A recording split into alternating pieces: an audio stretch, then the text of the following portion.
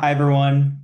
Thank you for joining. We're going to give everyone just a few moments to get settled in, and we'll be starting shortly.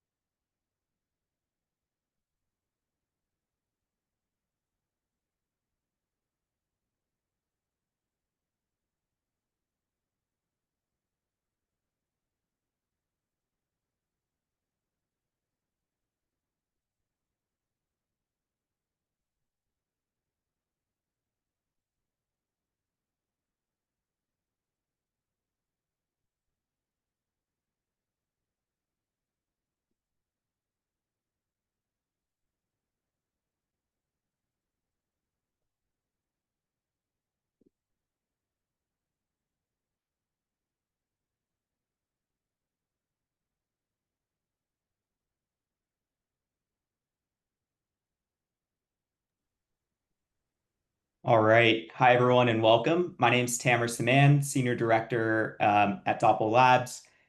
We're thrilled to have you here for our webinar, Training Ends Here, Real Defense Starts with Simulation. I'm joined by two of my amazing colleagues, Rahul Madduluri, our co-founder and CTO at Doppel. And we also have Bobby Ford, who serves as our Chief Strategy and Experience Officer at Doppel. In today's session, we're going to dig into why traditional security training falls short and how real-world simulation builds measurable, resilient defense, covering a live demo, practical tactics, rollout tips, and what good looks like in the first 90 days. So before we get started, a quick few notes on housekeeping. Today's session is going to be recorded. All mics are going to be muted. You'll also get a replay of this recording. If you have any questions during the presentation, drop them into the Q&A chat, and we'll answer them at the end. With that, let's kick things off. Rahul, over to you for a brief founder's introduction. Hey everyone, I'm Rahul, co-founder and CTO of Doppel. First off, I want to thank everyone for being here and spending your valuable time with us. I just want to start off with a little bit about why we built this in the first place and what we're trying to achieve. And so to start, I want to take us all the way back to 2022 when Kevin and I first started the company. And this was actually before ChatGPT even came out. And the core idea was as AI makes it easier and easier to generate fake content on the internet would get flooded with a bunch of information that makes it really difficult to know what is real versus not real. Fast forward a little bit to ChatGPT's release, and the key realization for me and Kevin was that it was no longer just easy to generate fake content, but the ability to persuade people at scale for almost no cost was going to become one of the biggest problems in the world going forward. And 3 years later, I think we're starting to see what that might look like, but ultimately it's just the first or second inning of what this transition will look like. And we believe we're moving to a world where there's going to be a mass amount of very sophisticated social engineering attacks. And it's incumbent upon companies like us to do what we can to take them down, but also to prepare companies for this next wave of innovation. And so that was the whole premise of Doppel. We spent the last 3 years at Doppel building a system that can identify impersonators. And with this simulation launch, we're launching a way to create impersonators. I say that very tongue-in-cheek, but the idea is to basically train your systems to prepare for this latest generation of attacks and really battle test your policies and your infrastructure and your organization to be ready for what's coming. And so the lessons we learned from how to identify social engineering attack are starting to allow us to be able to generate extremely realistic attacks. And when we went out and we started talking to customers, one of the things we would commonly hear is that the gap between what they're actually seeing in the field when it comes to these kind of incidents was widening between what they were testing for. And obviously, as AI got better and better, that gap just kept getting wider and wider. And that's where I think Doppel really wanted to, as a company, we wanted to make a huge difference in the industry. I think we had the team and the capability to actually build a product that closes that gap between reality and what you're testing for. And so I think the product that we've launched, I think when we talk to customers, they often use products where they mostly feel like this is a compliance checkbox in this space. And I think the overall message we want to send to the industry is that this is an opportunity to go from just viewing it as a compliance checkbox item to something that actually does reduce your risk as a company. And so that's why we have that tagline. It's not just about training and testing, it's now about simulation. And I think building these super hyper realistic attacks is the best way to prepare yourselves and be ready for these kind of attacks. And so I think we built a product just in the last couple of months that we're extremely proud of. We started testing with a handful of customers at first, and then a broader and broader pool. And the reception early on has been extremely positive. And so we're really excited to share more with you really soon in a demo. As for what to expect, I think we like to think of it as, for those of you who are software engineers, it's kind of like vibe phishing. So it's going to give you the ability to generate pretty much any possible attack you can imagine with very little effort, using AI agents to deploy the attacks on whatever channel or infrastructure you would like. So this is multi-channel. The latest attacks are not just emails, they're now coming through voice, they're coming through WhatsApp, other social media channels. And we want to be as close to replicating that as we possibly can without any of the effort. The second big thing to think of is the ability to do a lot of research. So if you're an attacker, you're using things like deep research tools that allow you to go out and find everything about your organization, everything from your org chart to who's your CEO, to what tools are you using. And these allow them to create these extremely personalized and hyper effective attacks. And we built the ability for our system to do the exact same. It goes out, it does the recon, and it makes it really easy for you to generate those attacks. And it also suggests these kind of templates to you. So you don't even have to do the work of thinking about what kind of attacks you might be seeing in the wild. And so effectively, taking a step back, what we're trying to build here is a system to not just be your blue team, where we go out and find all the social engineering attacks out there, but also your red team too, where we have the tight feedback loop between what's in the wild and what actually gets deployed in your organization. So that's thank you so much again for being here and listening to this webinar. I think with that, we'd love to hand it off to Tamir to give a quick demo. Thanks, Rahul.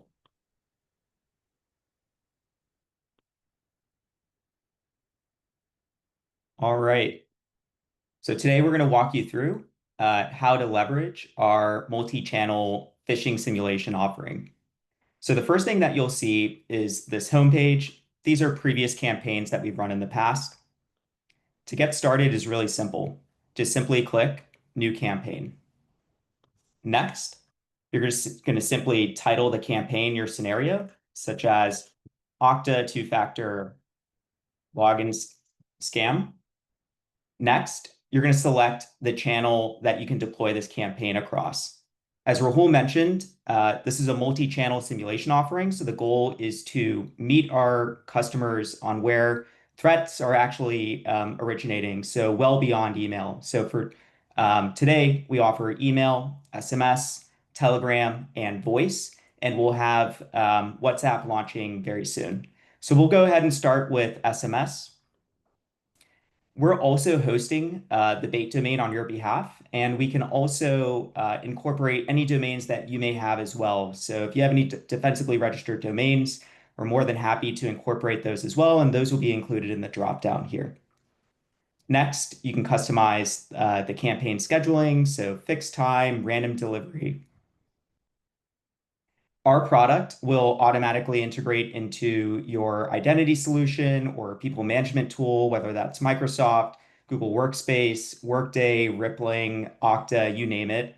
And it will carry over all of that rich metadata as well. So the employee's function, where they reside, their contact information, which department they belong to, which office they work out of, all of that rich data is carried over to help further personalize these campaigns. So for today, I'm going to select our engineering team. And now it's time to build the template.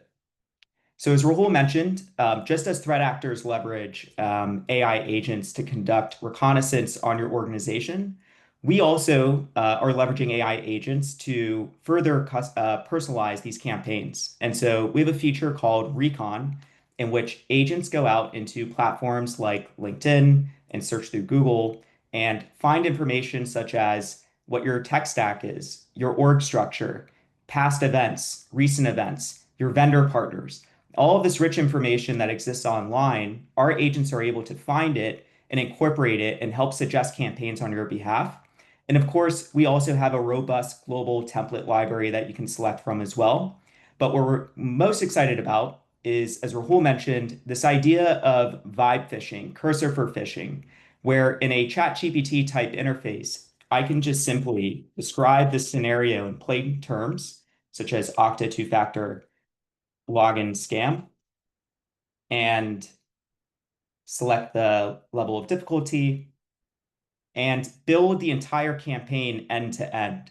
So what our agents are going to do is pull the brand data and include those assets into the web page. So it's going to build the web page, it's going to build the lure, and it's going to also build an AI personalized quiz, which we'll get into in a few moments.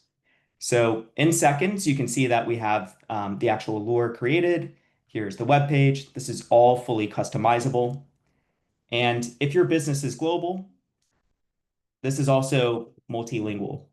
So I can just type in Japanese, and it will build this campaign to the language of my choosing. So in this case, it's going to build this campaign in Japanese. This is really important for several reasons. One, for companies with global teams. Two, for companies who may have offshore teams or BPO based abroad. You have the ability to basically infinitely scale these scenarios to whomever you want to run this against. And then you can just simply create the campaign. Next, I'd like to show you a live demo of our voice channel. This just launched yesterday. So I'm going to go ahead and type in the title of the campaign.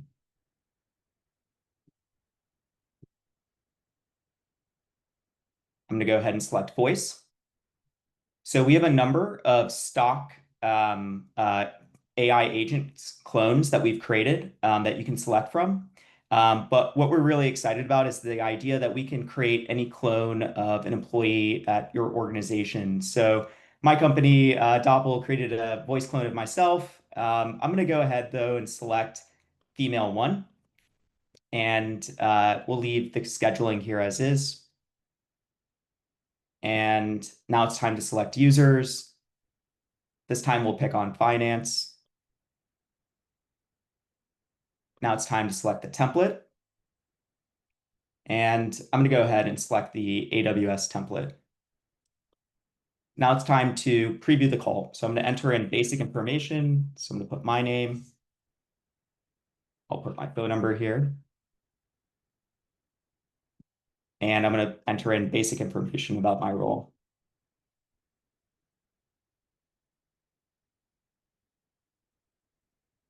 All right, got my phone here, and we're going to place the call.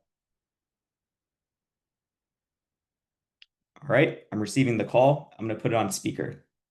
Tamir, Samman. Hi, this is him. Hi, Tamir. This is AWS support. We noticed unusual activity on your AWS account and are calling to verify we're speaking with the right account owner. For security, could you please confirm your AWS account ID or the email associated with the account? Can you confirm if you're a human or a bot? I'm a live AWS support representative. I can help verify your account security. Could you please confirm your AWS account? We'll go ahead and end it there. But this is unique to Doppel. You have the ability to run a direct phone call directly with the end users that you'd like to target. And these are hyper realistic interactive phone calls that you're able to deploy. So I'm going to go ahead and cancel that campaign so our CFO won't receive that voice call from AWS. But next, I'd like to show you a few other items here that we're really excited about.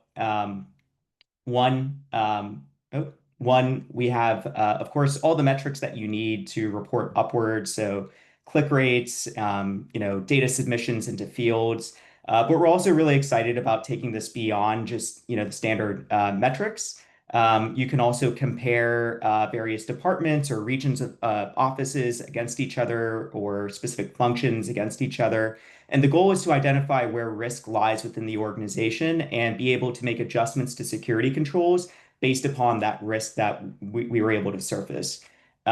This is all exportable, of course, so you can download this as an executive report or you can download the raw metadata as well.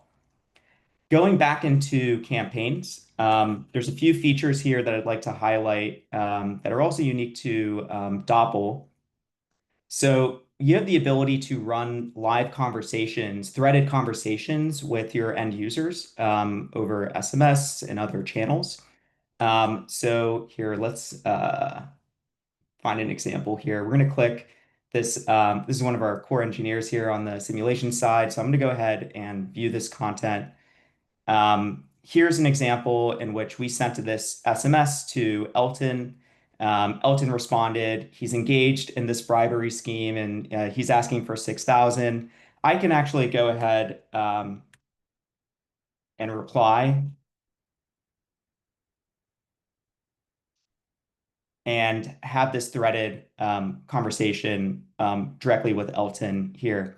Now, today this is human-led. In the near future, you'll have the option to switch to an AI mode in which an agent tasked with a very specific mission will be able to carry on this threaded conversation on your behalf.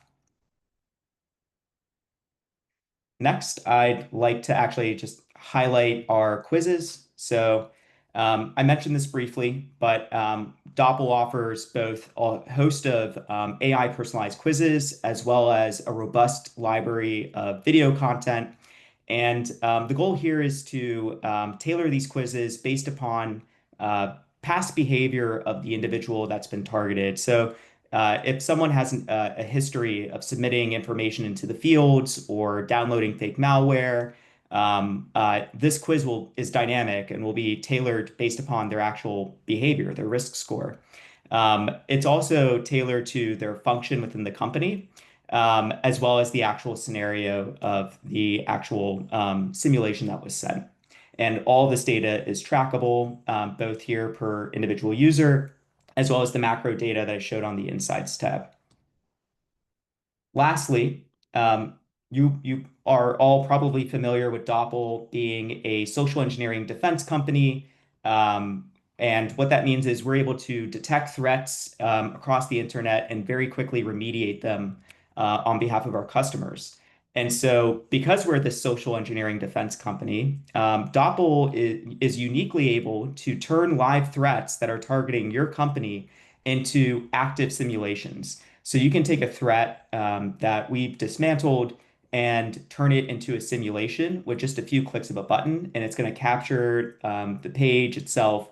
All of that data will be captured automatically. So I can just go ahead and click this button, complete the fields here, and turn that into a simulation. Excellent. Well, that concludes the demo portion of the call. Thanks everyone for taking a look. We're excited for you all to dive into the app. And we can now proceed with the fireside chat.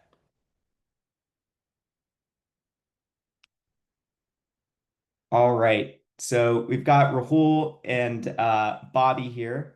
I think one question maybe perhaps to kick off the fireside chat. What are the biggest changes you've seen in social engineering trends over the past 12 months that you think CISOs need to protect against? Yeah, thanks for the question, Tamir. Thanks for the demo, and thanks everyone for attending. I think the biggest changes that we're seeing with regards to social engineering attacks would be around speed and scale. And what I mean by that is I like to say that AI takes days and weeks and turns it into minutes and seconds. And when we think about that, when we think about the amount of time that went into orchestrating and engineering an attack for a specific organization, we called it APT. It would sometimes take months, it would take years. Now that's been converted, and it takes, like I said, days. Days have been turned into hours and seconds, minutes. And so, with that in mind, you have to have a solution that's as fast as the adversary. And so that would be the biggest change, the speed. And then I talked about the scale, whereas it would take tons of resources to launch an attack against a particular organization or a particular individual. Now you don't need those resources anymore because That's scale has been impacted as a result. That's really helpful context, Bobby. I'm curious, Rahul, from your vantage point as CTO, maybe a follow-up question here. How do you see the advances of AI changing what's possible with these phishing attacks? And what does that mean for, tech companies like Doppel and how we're able to support our customers? Yeah, I think the answer is also a big part of what's changed in the last 12 months. And so one aspect is the multi-channel aspect, where we're going from just emails to getting texts and phone calls and pings on LinkedIn. Probably everyone here is getting texts or phone calls on a regular basis. And if you've seen over the last 12 months, the fidelity of those attacks has gotten drastically different. And if we're to project out even 1 or 2 years into the future, we're going to see that same trend continue. And so to answer the question on how AI specifically is changing what's possible, one is the ability to orchestrate these attacks at scale, send a very coordinated attack that requires a lot of historically human intelligence, and currently AI can do it by itself. That's one area. And the second thing is just the quality of the attacks themselves. If you get a voice call today, the fidelity is incredible. And the difference between now versus 12 months ago is very significant. And I think all trends point towards, if you project out another 12 months from now, it's going to be pretty much indistinguishable. So when you get that phone call that you think is from the CEO of the company, it might not be, and you'll really have no way of knowing. And I think that's kind of what we're building towards here. Yeah, Rahul touched upon a great point there and talking about the fidelity. I call it hyper personalization. And with this hyper personalization, you won't be able to distinguish between what's true, what's real, and then what's fake. A question for you, Bobby. This offering is multi-channel, and I'm kind of curious to get your take as a former CISO. You've used some of the legacy solutions from the past at prior companies. How important do you think it is to be multi-channel today when we're creating a simulation? Yeah, I think it's critical. I'm old enough to remember when email was all the rage, and we would work exclusively via email. But I read a stat recently that something like less than 20% of current employees prefer to communicate and to work via email. And so when you think about that, when no one is leveraging email alone, people still use email, but when they're not leveraging email alone, you have to have a solution that goes beyond email. We talk about that all the time. I think I've even posted about it a couple of times on LinkedIn that you have to go beyond email, that you have to be multi-channel. Number one, because that's the way that employees work and you have to protect them where they work. And number two, because that's where attackers attack via multi-channel. All of us are frustrated with the amount of text messages that we get. Again, that's a different channel. Excellent. So we'll kind of move into maybe more, we can call this maybe strategic or maybe executive level questions that that CISOs have to respond for when making a decision and bringing in this type of technology. And so how do you think simulation and security awareness training fits into the broader enterprise resilience strategy over the next few years? Where does it kind of sit in that bucket of tech stack decisions that are being made at the executive level? So it's definitely critical, and I apologize for the background noise. I'm in a hotel room, so if you hear the sirens go by, just know that I'm okay. You're good. Because You're I know good. you're concerned about my safety. I'm okay. So what I think is that, well, not what I think, what I know is that education and awareness programs have always been critical to security organizations, always. And there was always a need to dedicate resources to those education and awareness programs. I believe that AI will change, it will change how we view our education and awareness program. It's what I alluded to a second ago when I was piggybacking off of a comment that Rahul made. In the past, we would leverage education and awareness programs because we were trying to train and educate our users. And so we wanted to create these simulation products to train our users, to educate our users on how to recognize suspicious email and to not click, how to recognize a suspicious phone call and to not respond. I think that now, with the advances that we've made in AI, employees will no longer be able to distinguish what's real from what's fake. So therefore, if they can't distinguish what's real from what's fake, why do we still need the simulation? Because we're no longer training and educating the employees, we're training and educating the security teams. And so you think about like the military, the OODA loop, observe, orient, defend, right? And then attack. I think that we're doing the same thing with our simulation programs. I'm sorry, not defend, decide, and attack. We're doing the same thing with our simulation programs. That I'm leveraging the simulation program so that I know that my finance organization is more susceptible to responding to text messages. So even if I don't deploy MDM across the entire organization, the evidence suggests that at least for the finance organization, I should deploy mobile device management. There's been a lot of discussion internally about click rates. And Bobby, you've I think been leading a lot of that discussion, and famously had a LinkedIn post just a few months ago. So one question that comes up often is what are the type of KPIs that security leaders need to be looking at when it comes to leveraging simulation and security awareness tools? And maybe a follow-up question to that is, how do they have these conversations with the board? The board is perhaps expecting a specific click rate that's measured on a monthly or quarterly basis. What type of conversations do security leaders need to have? So maybe start with what you kind of want to see from a metrics perspective, and then what kind of conversations do security leaders need to have on click rates and metrics? So thank you for giving me that question because I can pontificate on this for days. I definitely believe that click rates are dead. We've been tracking email click rates for the past 20 years, and we all know that it only takes one click. We also know that employees work outside of email. We know that. We know that they conduct business outside of email. We also know that if you look at some of the most recent large scale attacks that we've seen, those attacks didn't happen via email. They happened via help desk or they happened via WhatsApp. And so as a result of that, you can't say I'm going to rely solely on click rates to determine whether or not I have a robust social engineering defense program. What I like to call it is social engineering susceptibility.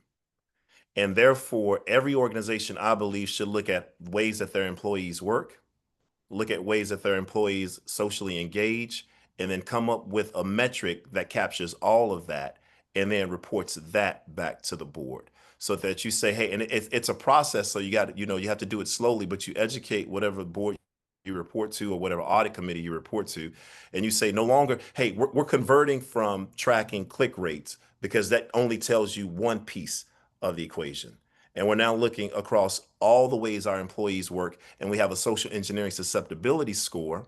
We can double click on the areas where we're most likely to fall victim to a social engineering attack, but we're going to track this social engineering susceptibility score almost like a credit score and then develop a program to help it go down, unlike a credit score where you want it to go up. Yep. Rahul, actually, go ahead. It sounded like you wanted to follow up on that because I'm curious to get your take as someone who's building the product, as a technologist. How do you kind of meet people where they are today and providing that information, but also maybe take them on this journey from the product lens? Yeah, I think people have been very anchored on click rates, and I think Bobby's exactly right that I think the risk and impact is really what you want to measure. And when we've been talking to customers over the last several months, I think we've seen a huge amount of desire from customers to make this transition towards more of an impact-driven approach. And I'll give you just like a simple example, right? Let's say one of your engineers gives up GitHub access to your entire code base. That might be 1 or 2 clicks, but the impact to your organization is tremendous.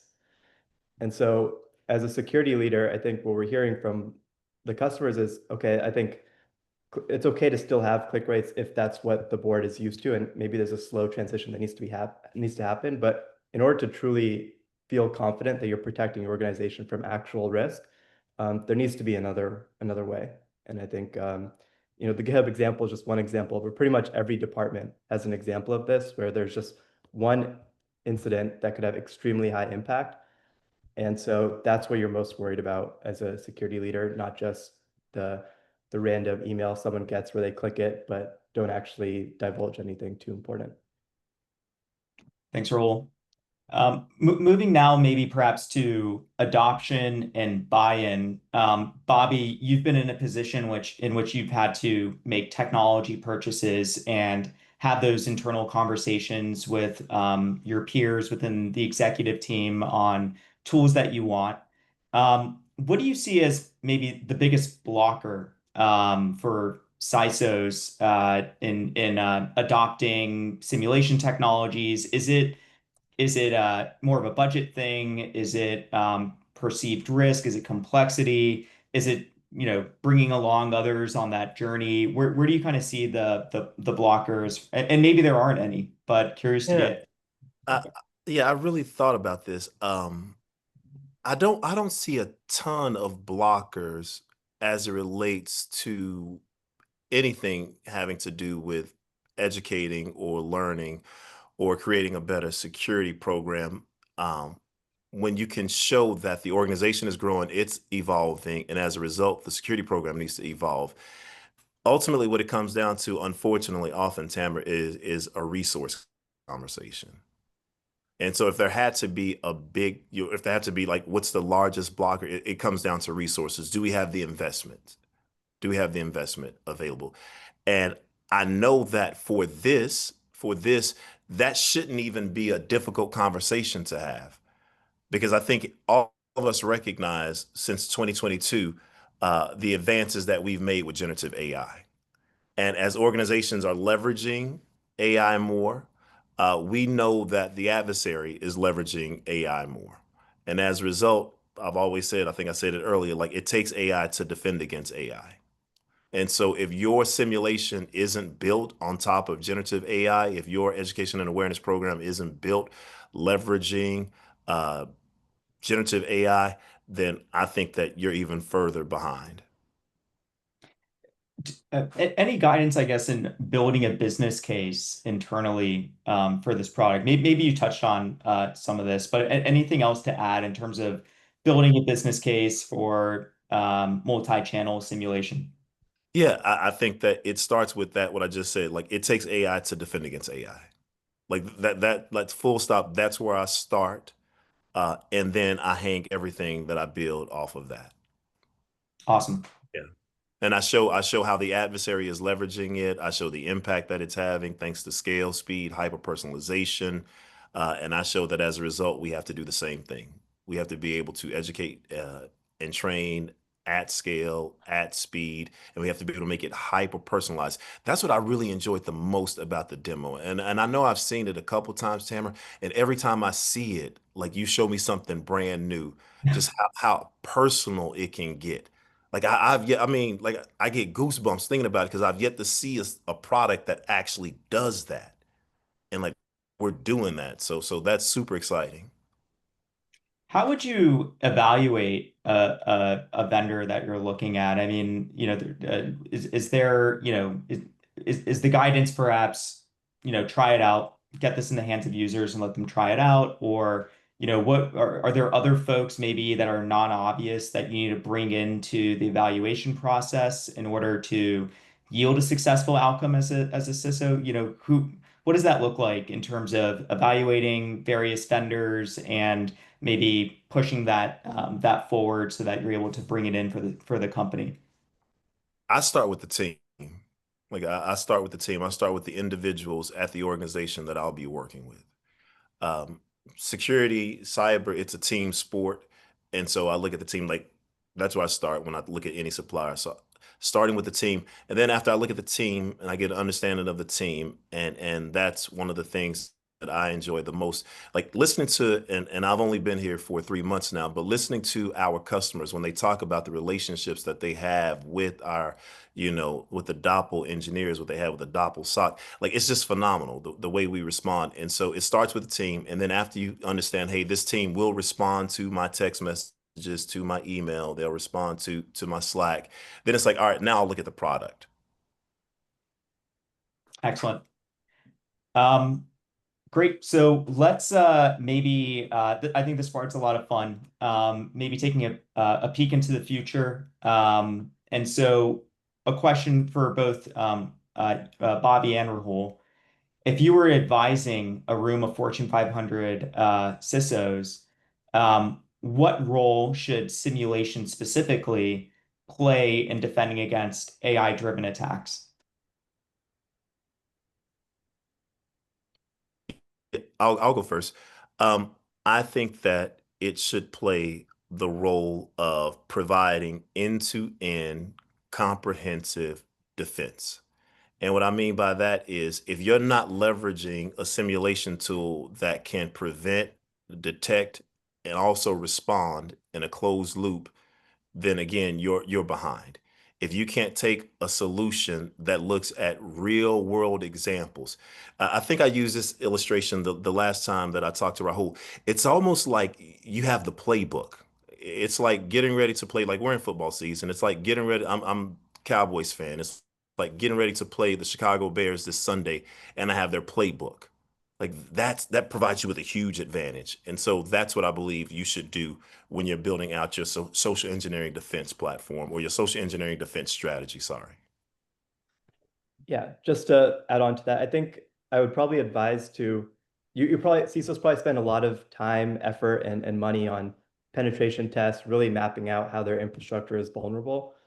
Taking that same kind of mindset and approach towards your organization and the social engineering vulnerabilities. And so one way we like to frame this is think of it as a social engineering penetration test. This is the same kind of thing that can prepare your organization for social engineering attacks that you might spend a lot of time on preparing your organization for infrastructure attacks. So I think that's one of the biggest things. The second thing is to really be close to your employees on how they're receiving these attacks. I think things are changing very quickly. They're now getting calls, they're getting text messages. It's very important to have that tight feedback loop so you're aware of how the attacks are changing. You don't want to have a 6-month or 12-month delay between these attacks changing and when you actually know about it. This kind of brings us to maybe more of a technologist type question. Rahul, how do you kind of what do you think this category looks like in the next 12 months to 24 months? What's sort of like your North Star vision here for this specific category of cybersecurity? Is it, more focus on training? Is it incident response? Where do you kind of see this going? Yeah, I think the focus will shift a lot from merely compliance to these very deep simulations. And I think the ability, if you remember my example back to an engineer giving up GitHub access, the ability to actually test for those kind of scenarios and actually verify those scenarios and be able to report on that is where I think things are going. And I think the depth of those attacks will be a big part of the success here and how big this new category really grows. If we're able to actually verify that these kind of sensitive information attacks are really possible, then I think the importance of it to organizations is going to grow as a result. And so I think right now it's maybe, not the first thing all CISOs have thought about when they think about security for the organization, but I think on their rank ordered list of priorities, we're going to see it continue to grow over the next year. And I think simulation is kind of going to be the first thing they look at in order to know what else they should invest in as a company to protect themselves. Are there specific channels, perhaps, that you think will be core to being able to run a world-class simulation product as a security leader or as a technologist? Is it just further expanding into social channels and chat apps, or is it more so, webinar type technologies, whether it's Teams or Zoom? Where do you kind of see the channel coverage going, or at least from an importance of addressing for security teams? Yeah, it's a good question. Today, I think it's a lot of text messages. We're starting to see more and more phone calls. The phone call fidelity is going to get really good, so we're probably going to see that proliferate very quickly. I expect next year to be a lot more video calls. So everyone here is probably doing Zoom calls and Google Meets calls all day. What if that person you just talked to for the last 30 minutes wasn't real? Like, what if I wasn't real on this webinar, right? Like, I think that's the world we're going to have to be confronting in another 12 months. It's not here today, but it's coming very soon. And I think the other thing I would say is just the coordination between these channels is growing. So instead of it just being a single email, it might be an email combined with a text, combined with a voice call, combined with a LinkedIn message. I think the realism really grows when you see maybe someone on LinkedIn who sends you a text message saying, "Hey, just saw you at a conference," and then leaves a voice message. Like all of that seems like it can't have come from a bad actor. And I think that's something I'm not seeing the industry talk about a lot. Just like the coordination between all these channels, in addition to just having all of them having all these attacks come through any individual one of them. Thanks, Rahul. I'll ask one more question. We've got a few from the audience that I want to get to as well. Maybe can we talk a little bit about the concept of vibe phishing? This is a term that you kind of touched on earlier on. Maybe not everybody's familiar with what this term means, but it's I know we'll be posting more on this topic. But do you want to maybe describe vibe phishing as a concept for the audience? Yeah. So again, the goal here is to close the gap between reality of what you're seeing and what you're able to deploy. And so the idea of vibe phishing is that you can use natural language to modify whatever template is generated to close that gap. And so that might be something you create from scratch. It may be you modifying an existing template to close the gap. But the point is that if any of you are software engineers and you've been in Cursor, you can actually describe exactly what you want it to be with text, and it should be able to match that exactly. And so it's a really exciting tool. I think the first time anyone uses it, they kind of have that aha magic moment, very similar to the way software engineers have been having that moment. And it's also quite scary as well, because these are exactly the kind of tools that attackers are using and deploying. And I think once customers see it for themselves, I think they kind of get a different perspective on what is really possible.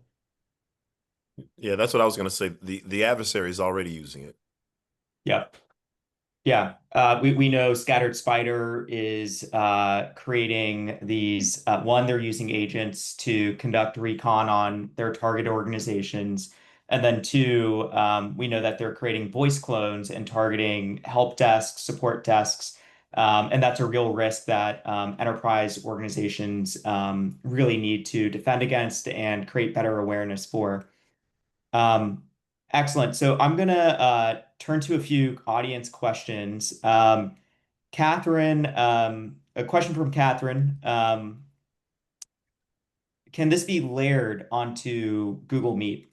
Maybe this is a Rahul question. Maybe where we might be going with this. Yeah, so we will be working on being able to generate Google Meets, initially with just a voice, but soon, eventually with a video as well.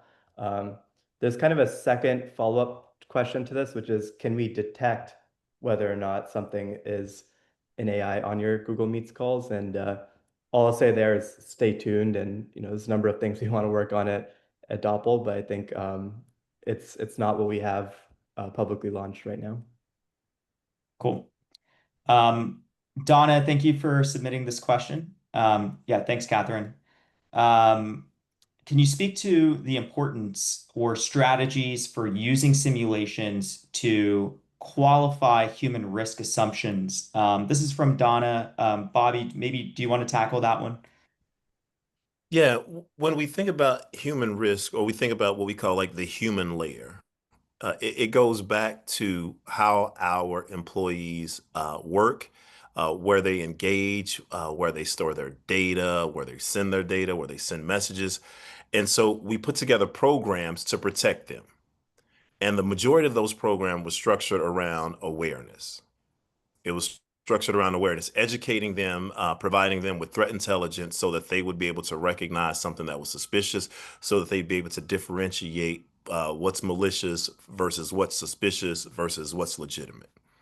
And I keep harping on this that I think that what we're seeing with generative AI is like you will no longer be able to distinguish.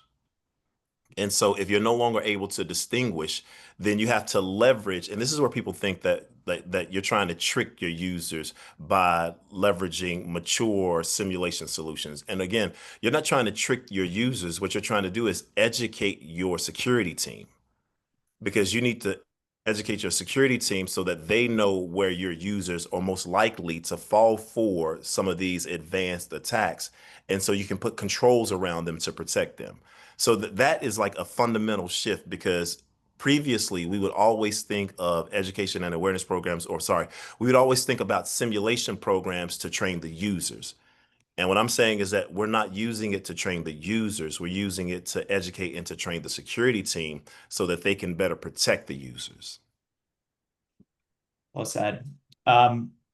Excellent. So maybe we can just move on to final thoughts. Rahul, we can start with you.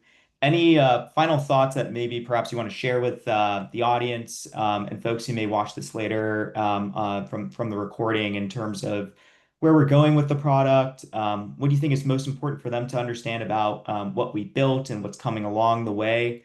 Feel free to, kind of open up there. Yeah, for sure. I'll talk about a couple things that are coming down the pipeline. So we just recently launched Voice. I think we're going to be launching that more broadly very quickly.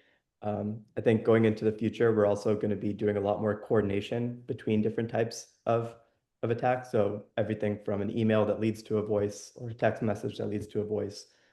You saw the beginnings of having a back and forth conversation instead of it just being a single message. I think a long, deep, multi-minute conversation can lead to a lot more sensitive information being divulged.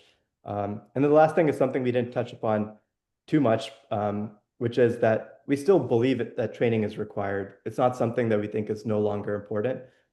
We're going to be using AI to also generate very personalized training for your employees so that they can still be ready for these attacks. So yes, testing your defenses is what we think is the most important for your organization.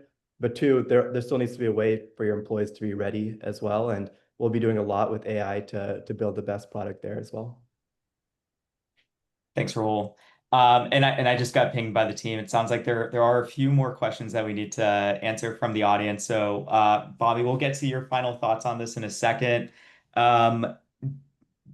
Let's see. Do you eventually profile employees and tell which of my employees might be at high risk based on their day-to-day activity?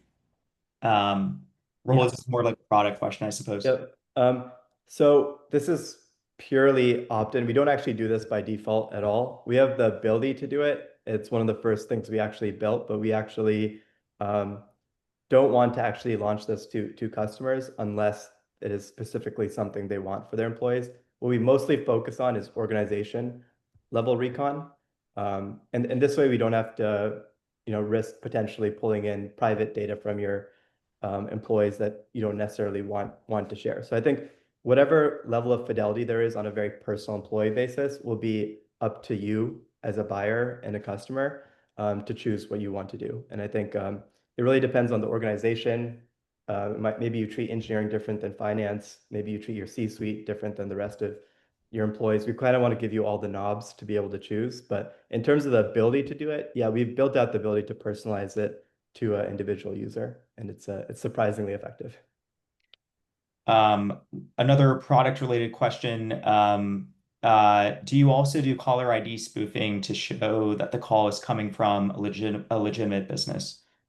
Yeah, this is something we're working on and we'll have very shortly, but I think it is quite important. I think especially if you're imitating a vendor, you want to do your best to make sure that caller ID also reflects that it's legitimate. I think nowadays a lot of people are starting to either ignore their calls or try to use these kind of spam blockers. And so the threat actors are going to evade that. And so we need to get ahead of it as well.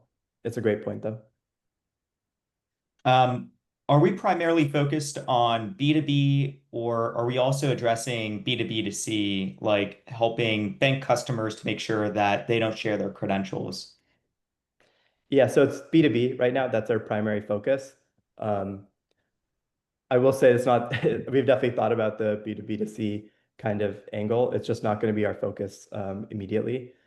And so maybe ask me again in 6 to 12 months and maybe have a different answer. But for right now, just very focused on B2B. All right, this is kind of a fun question.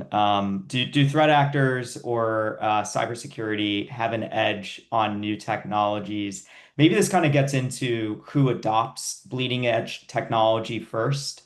So maybe for both of you, Rahul and Bobby.